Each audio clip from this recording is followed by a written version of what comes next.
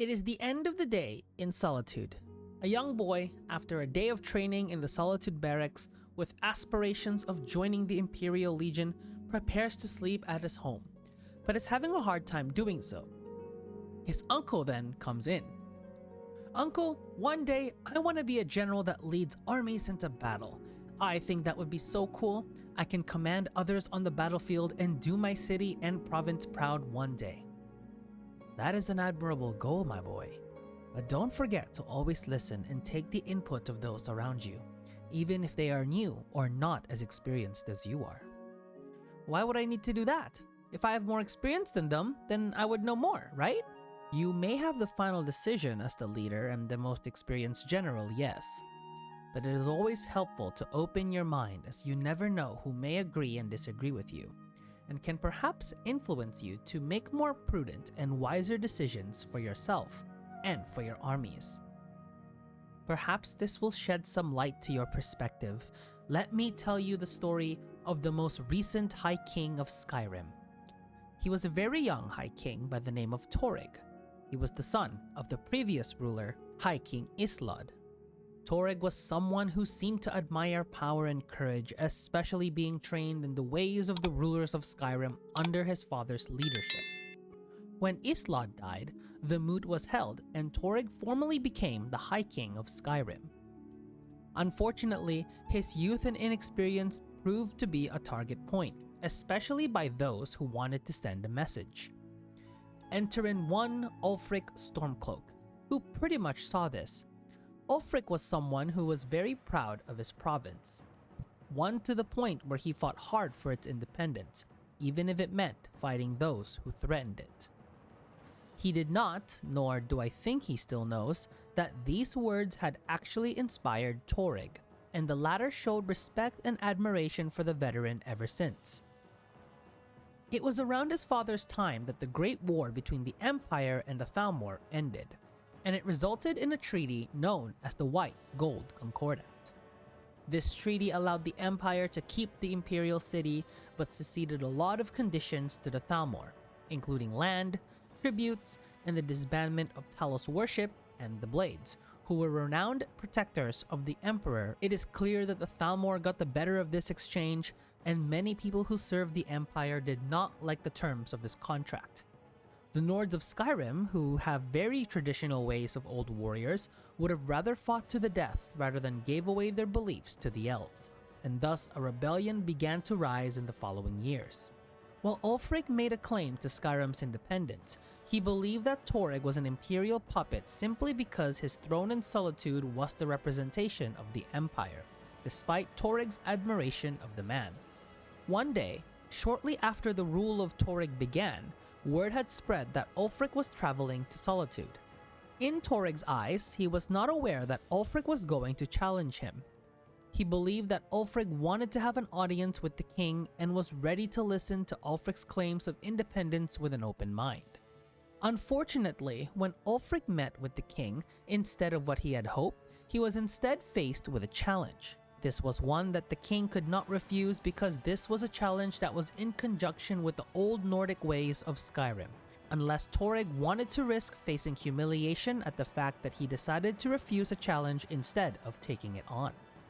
On one side you had Torygg, who was just a recently installed High King with little to no combat experience. And on the other side, you had Ulfric Stormcloak, who not only fought during the Great War, but was also trained in the ways of the Thu'um, meaning he was capable of using the Dragon Shout. You could tell how this battle went. Ulfric, using the power of his voice, knocked Torygg to the ground and then killed him with his sword, ending the life of the young High King.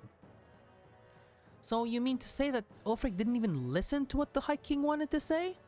No, Ulfric laid out the challenge almost immediately after he saw him. But Ulfric was more experienced between the two, so I think that's fine, right? Even if he did end up taking a man's life? I would be careful how you speak, young man. You might get in trouble depending on who you are speaking to about such topics. But at the end of the day, it goes beyond the black and white perspective of Ulfric rebelling against the Empire and killing its High King, which had already caused division in and of itself. with some people praising the courage and strength of Ulfric to fight for his beliefs, while others thought he committed murder and treason against not just the Empire, but also to the lands of Skyrim by the death of High King Torygg. This was the spark that ignited the civil war between the Imperials and the Stormcloaks. So what if Ulfric had actually listened to Torygg instead of outright challenging him? Now that is the question, isn't it, lad? What if Ulfric had decided to listen to the reactions of the young king, instead of just seeing him as an Imperial puppet like what he believes of everyone in it? Here is already the difference between you and him. You know that Torygg had admired the claims of Ulfric during the moot, unlike most people who sided with the Empire would have brushed off the words of a deserter. Ulfric was already set in his ways because of his experiences that he did what he believed was the only way to send his message across to a more independent Skyrim. I think that Torygg would have been open to listening to his claims, and the conversation might have gone something like this. Jarl Ulfric of Windhelm, I hope the journey was not too perilous. What brings you here? High King Torygg, you were at the moot when I made my claims and arguments for an independent Skyrim. You know why I'm here. Vote dismissed. I shall speak to Ulfric alone. Jarl Ulfric, son of the Bear of Eastmarch, I listened to your words that day, and I admit they inspired me. I grew up in an empire that had already surrendered to the Dominion, and I always hear that we are powerless to fight back against them, so no one had dared to make any statements defying them. Then you come in and state your claims. I know about you. You once served in the Empire, and I know you are not happy when the Concordat was signed. I wouldn't be surprised if there were others like you that are in the ranks of the Empire who had this same sentiment, but they know that if they desert or rebel in any form, they will be discharged and killed off by the Thalmor. Then you know why I must stand up to the elves, even if it means my death. My actions have always been for a free and independent Skyrim. That is true, but you must also know that we have to tread carefully, as if we risk open war, we are also putting our citizens' lives on the line, as they can be caught in the crossfire. I don't think even the Emperor himself was happy about what he did, but he thought that he made the right decision based on the lives not only for himself and the perseverance of the Empire, but also that of its people. I consider you to think the same. You can also see this as an opportunity for the Empire to rebuild its forces for an eventual counteroffensive against the Thalmor, while we gather more support and attempt to re-establish ourselves. I think having you at the forefront of this uprising could really help us with driving back the Thalmor from the lands of Skyrim, once and for all, sooner than later. What say you? So, what would happen then? I would say that depends on you, and I think that's the most important lesson here.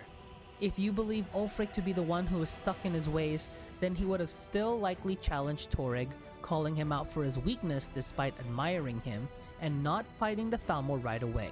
And the events would have still been the same with this challenge, resulting in Torygg's death, and pretty much to everything else that's happened afterwards. However, there might be more of an understanding for those who were present after the two had their conversation. There will still be those who will not believe and accuse the Jarl of murder. However, if you believe in the idea of being open-minded and how it could help you come up with creative methods which may seem outlandish but can still achieve the same result with the considerations in mind, then you would be seen as a more effective and wise leader. In the case of Ulfric, if he had chosen to side with Torygg, knowing they have the common goal of a free Skyrim, I think they would have been able to create a sort of breakaway force in secret to prepare them to fight the Dominion, while still being under the guise of being their subjects, although it would not take long until word would spread of this rebellion. It would be a sort of unification between the Imperial Legion and the Stormcloaks, all with a common goal and a common enemy.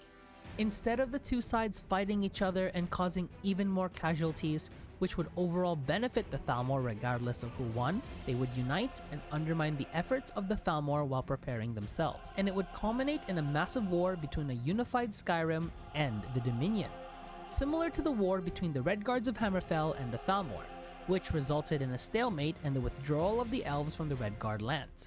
I think the same can be done in the lands of Skyrim.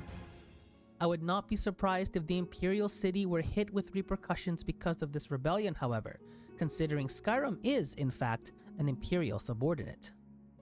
Anyway, that story can be told at a different time. It is getting late, and you still have training tomorrow in the morning. You should sleep. Okay, Uncle, thanks for the story, and I will keep an open mind to help me make better decisions. Good. And as the lights turns off for the night, the boy sleeps, inspired by his future and this new perspective in life.